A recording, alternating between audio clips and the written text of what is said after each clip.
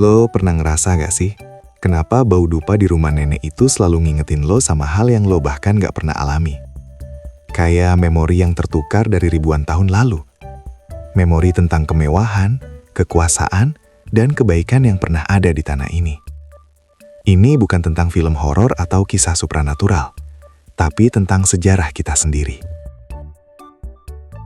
Sejarah yang selama ini cuma kita lihat sebagai fotokopian kusam di buku pelajaran. Padahal sebenarnya sejarah kita adalah hard drive raksasa yang menyimpan kode-kode rahasia.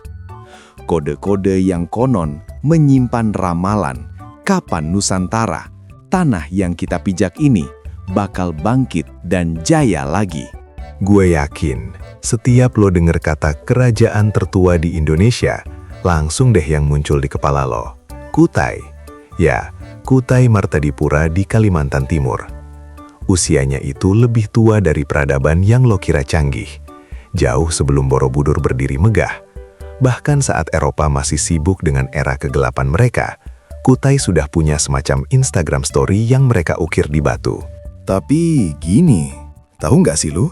Banyak orang mikir prasasti Kutai alias Yupa itu cuma sekadar laporan pertanggungjawaban dari seorang raja yang dermawan, Raja Mulawarman. Dia ngasih sapi, ngasih emas, ngasih tanah, terus dicatat. Selesai. Eits, tunggu dulu. Kalau cuma laporan sedekah, kenapa teks kuno ini harus diabadikan dengan bahasa yang super kompleks, yaitu bahasa Sanskerta dan aksara Palawa? Kenapa dia harus berdiri kokoh dan melampaui zaman, menjadi fondasi bagi seluruh kerajaan yang datang setelahnya, dari Sriwijaya sampai Majapahit? Gue bilang ke lo, Yupa itu bukan sekadar laporan, dia adalah blueprint. Dia adalah manual book rahasia, dan di dalamnya ada kode tersembunyi yang sering dibilang sebagai ramalan kebangkitan Nusantara. Dan ini bukan mitos, tapi interpretasi dari apa yang tertulis sebenarnya. Apa sih inti dari Yupa itu? Intinya adalah puji-pujian kepada Mulawarman, yang dermawan, yang punya sifat dharma yang luar biasa.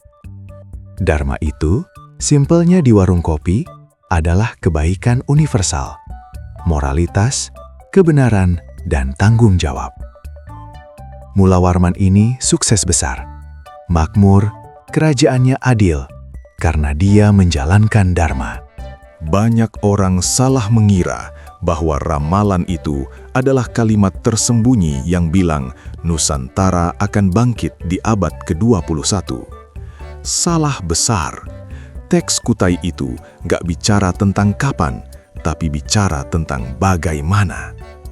Profesinya itu berbentuk persamaan matematika sosial politik.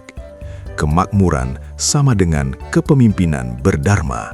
Jadi, ramalan Kutai sebenarnya adalah sebuah syarat mutlak. Ia menyatakan, jika sebuah kepemimpinan di tanah ini kembali berpegang teguh pada prinsip kedermawanan, adil kepada rakyat, dan menjadikan harta kekayaan bukan untuk pribadi, tapi untuk kesejahteraan bersama, maka kemakmuran dan kebangkitan itu pasti akan terjadi. Itu adalah hukum alam semesta versi Kutai. Tapi pertanyaannya, kenapa kita harus peduli banget sama blueprint yang umurnya 1600 tahun ini? Kita masuk ke segmen kenapa dan bagaimana. Sejak kapan ide ini relevan? Ide Dharma sebagai fondasi negara ini dipakai lagi di era modern, jauh setelah Kutai tumbang.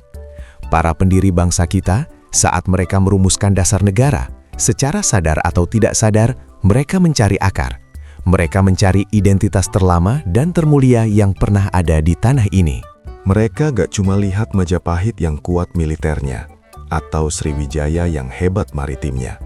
Mereka mundur paling jauh ke belakang, ke Kutai, dan menemukan konsep Mulawarman. Kemakmuran datang dari kebaikan hati. Ini memberikan efek psikologis yang luar biasa. Kalau Majapahit adalah CEO yang lagi scaling up bisnisnya, Kutai adalah founder yang menulis visi misi di papan tulis. Visi misi itu sederhana, Negara ini didirikan agar rakyatnya makmur karena pemimpinnya dermawan. Sekarang, kita masuk ke misteri yang belum terpecahkan. Jika formula Kutai ini benar, bahwa Dharma menghasilkan kemakmuran, lalu kenapa Kutai sendiri akhirnya tenggelam dan menghilang dari panggung sejarah? Jawabannya adalah, teks Yupa itu adalah risit Mulawarman. Teks itu menjamin Mulawarman masuk surga atau mendapat kemasyhuran abadi. Tapi, teks itu tidak menjamin kerajaan anak cucunya akan abadi di dunia. Kerajaan Mulawarman tumbang karena, ya, hukum sejarah. Ada tekanan ekonomi, pergeseran jalur perdagangan, munculnya kerajaan-kerajaan baru yang lebih adaptif, dan mungkin juga karena raja-raja setelah Mulawarman gagal menjaga level Dharma yang sudah ditetapkan. Ngomong-ngomong soal 20.000 sapi, ini bukan sekadar angka simbolis untuk menunjukkan kedermawanan pribadi.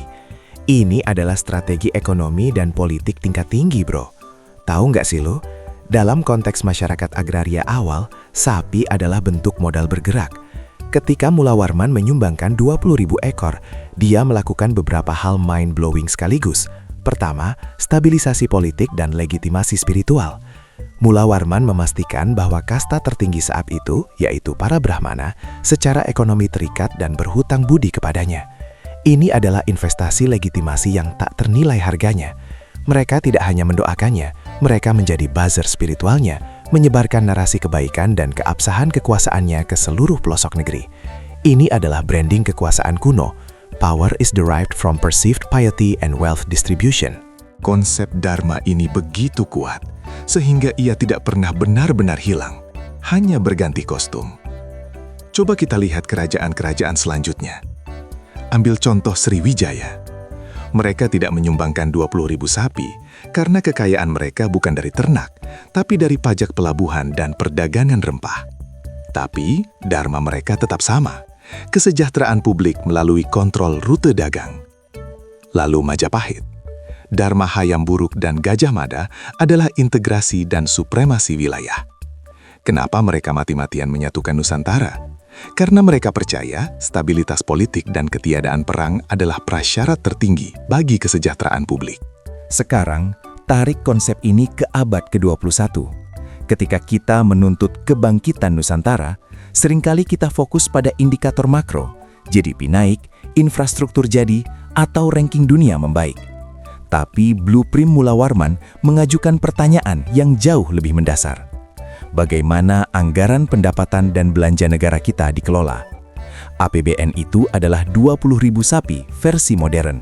Itu adalah kekayaan kolektif yang dihasilkan dari sumber daya alam, pajak, dan kerja keras rakyat. Korupsi adalah antitesis sempurna dari Dharma. Kalau kita melihat ada pemimpin yang menyalahgunakan anggaran untuk memperkaya diri dan kelompoknya, itu bukan hanya pelanggaran hukum, itu adalah pengkhianatan terhadap blueprint peradaban yang dicanangkan 1.600 tahun lalu. Gimana menurut lo?